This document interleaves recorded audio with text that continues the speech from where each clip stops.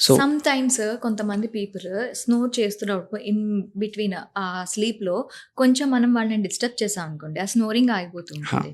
అంటే వాళ్ళకి ప్రాబ్లం ఉన్నట్టేనా, లేకపోతే అలా ఆపేశారు కాబట్టి వాళ్ళు కాన్షియస్గా ఉన్నారు కాబట్టి ఆ ప్రాబ్లం లేదని మనం అనుకోవాలా? అలా కాదు. బేసిక్‌గా ప్రాబ్లమ్ ఏంటి అంటే స్నోరింగ్‌లో స్నోర్ చేస్తూ, చేస్తూ, చేస్తూ సడెన్‌గా ఒకసారి ఏమవుతుంది అంటే ఆ ఎయిర్‌వే అనేది క్లోజ్ అయిపోతుంది. జనరల్‌గా అవేక్ స్టేట్‌లో ఏముంటుందంటే బ్రెయిన్ కాన్స్టాంట్‌గా అక్కడున్న మజిల్స్‌కి ఇన్ఫర్మేషన్ ఇస్తూ ఉంటుంది.